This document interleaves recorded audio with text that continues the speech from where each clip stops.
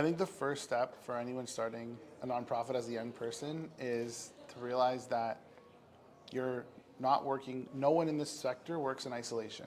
So you can't work in isolation, which means even if you don't have your own team, you need to be finding some kind of community, right? So becoming a member at like a place like this, Center for Social Innovation, joining some of the other nonprofit networks that exist. There's a tons of great communities where you can have your own community. Number one. Number two is that I would caution someone that's starting their own nonprofit without already meeting with a lot of the key players that are working on those same issues. A nonprofit is not just like a business where, you know, there could be 25 different cafes all serving the different communities. Nonprofits, because resourcing is an issue, funding is an issue, all that, I would say before you start your own and build your own team and an organization and name it and register it, look at who else is solving the problem first and see how you can actually maybe work with them, partner with them, collaborate with them. The nonprofit work goes so much further when you're working with other people who are already working towards those problems. It doesn't mean you have to, you know, if it's not a fit, it doesn't mean you have to work with them.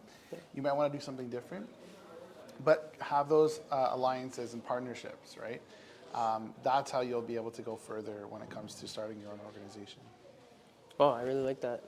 I think that's great because it shifts the mindset from let's create my nonprofit to like, well, Exactly. let's all build together. Let's create a more collaborative environment. Because it's not just about you having a nonprofit. It's what is your nonprofit trying to do? And Right. nonprofits are mission driven. So if there's three people all running youth-led arts organizations, but they all have the same goal of empowering more youth to become artists, then you're almost doing a disservice by working separately, right? Because you're right. spreading out the resources, spreading out the donations, spreading Right. out the talent. You all have to promote separate events to separate people to get separate sponsors.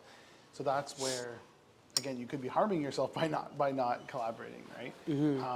And looking at the mission that you align on, sure, you might have different activities and events and programs, but if you share the same mission, then you can totally partner and you can totally collaborate.